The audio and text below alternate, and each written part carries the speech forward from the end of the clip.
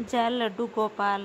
कान्हा जी को लड्डू गोपाल क्यों कहा जाता है, आइए जानते हैं। आखिर क्यों कहा जाता है कान्हा जी को लड्डू गोपाल, जानिए इसके पीछे की दिलचस्प कहानी।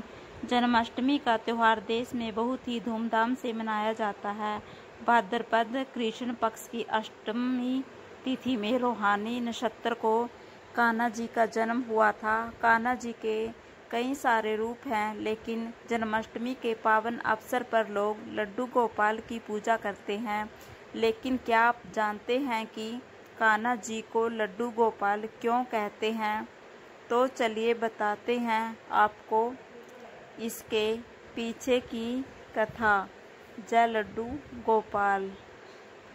छोटे रूप को कहते हैं लड्डू गोपाल। लड्डू गोपाल का कान्हा जी का छोटा रूप है। बाल कान्हा जी घुटनों के बल चलते हैं। लड्डू गोपाल के हाथ में लड्डू होता है। क्या आपने सोचा है कि कान्हा जी को तो माखन और दही पसंद है, लेकिन फिर भी उन्हें लड्डू गोपाल क्यों कहा जाता है? जय लड्डू गोपाल। कुंभ नदास से जुड़ी है लड्डू गोपाल की कहानी।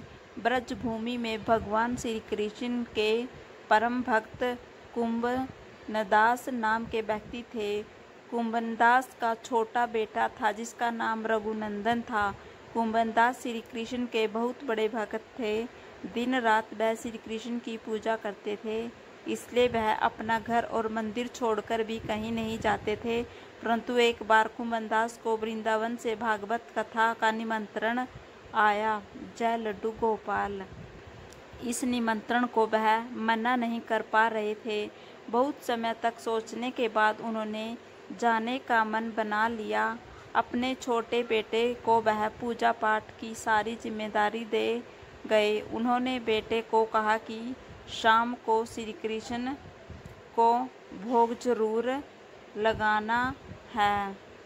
जय लड्डू गोपाल।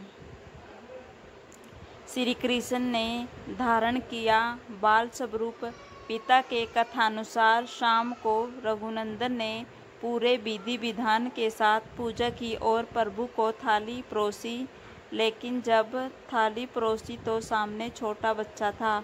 रघुनंदन ने सोचा कि भगवान स्वयं अपने हाथों से खाना खा लेंगे, परंतु ऐसा नहीं हुआ। वह जोर जोर से रोने लगे। जय लड्डू गोपाल। उसे लगा कि कान्हा जी उसे नाराज हो गए हैं।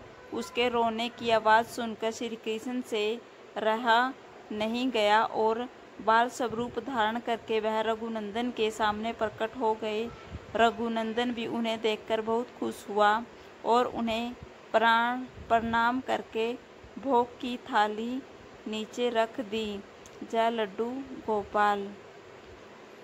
घर लौटकर कुंभनदास को हुआ शक। रघुनंदन के द्वारा परोसा गया सारा प्रसाद प्रभु ने खा लिया।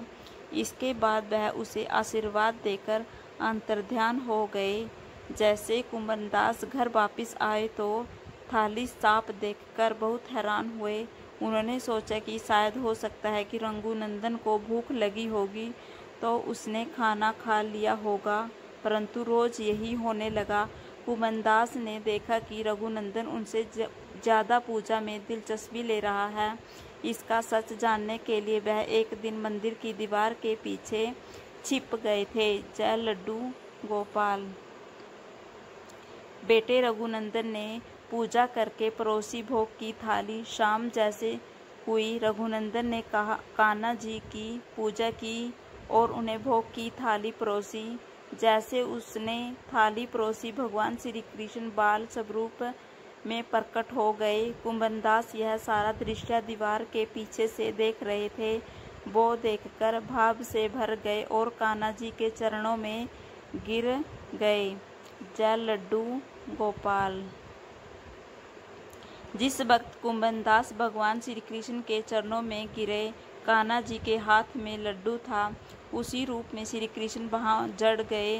गोपाल तो श्री कृष्ण को कहते हैं, परंतु उनके हाथ में लड्डू था, इसलिए उनका नाम लड्डू गोपाल पड़ गया, इसलिए जन्माष्टमी पर उनके मोहक रूप लड्डू गोपाल की पूजा की जाने लगी।